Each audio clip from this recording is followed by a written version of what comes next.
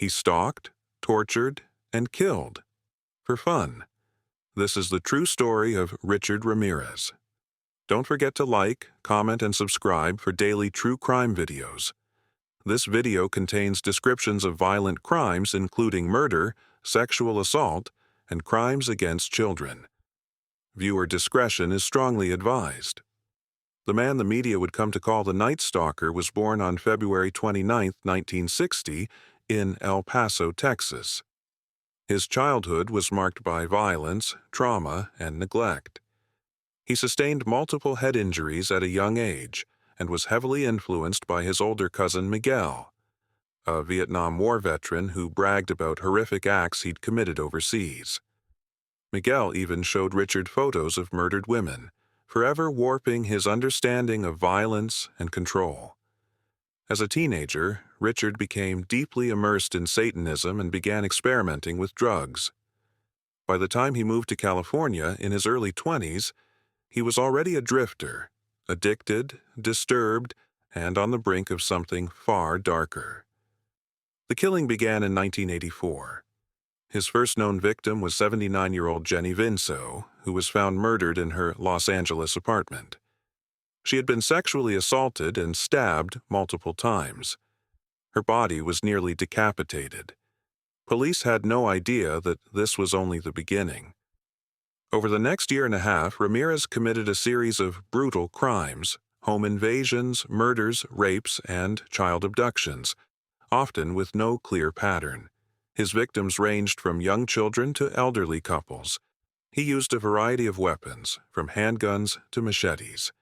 He left behind pentagrams and cryptic messages, sometimes forcing his victims to swear to Satan.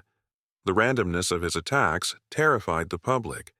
He would strike in wealthy neighborhoods and poor communities alike. He'd often enter through unlocked windows or doors in the middle of the night. The press dubbed him the Night Stalker, and a wave of panic swept through Southern California. People began sleeping with the lights on, barricading their homes, and buying firearms in record numbers. Police were desperate, clues were scarce, but eventually they found a break. In one crime scene, a footprint was left in a flower bed. It matched a rare Avia sneaker. Only a few pairs had been sold in the area. Then, in August 1985, he made a mistake. Ramirez was pulled over for a traffic violation, and his fingerprint was lifted from the abandoned car. Police now had a name: Richard Ramirez. The manhunt was on. His mugshot was released to the public, and it worked.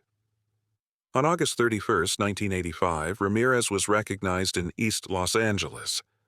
A group of civilians chased him down, beat him, and held him until police arrived. Ramirez's trial began in 1989. It was one of the most expensive and bizarre trials in California history. He showed no remorse, often smirking in court and flashing satanic symbols. At one point, he famously said, "Hail, Satan," and declared himself beyond redemption. Some survivors of his attacks testified against him.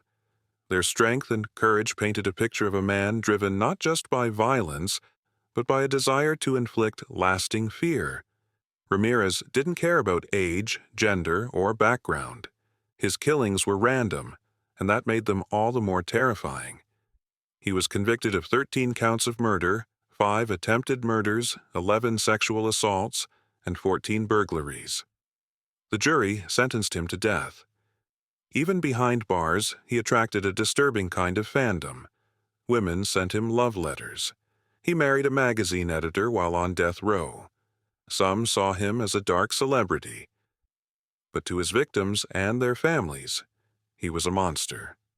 Richard Ramirez was placed on death row at San Quentin Prison, where he remained for over 2 decades. In 2013, he died of complications from B-cell lymphoma.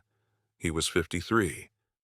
The case of the Night Stalker remains one of the most terrifying in modern American history, not just for the brutality of the crimes, but for how random and senseless they were. No one was safe, and for a time, fear ruled the night. We'll see you in the next video, but until then, take care, stay safe, and always remember the victims. If you found this video informative, please give it a like and subscribe for more true crime stories every week.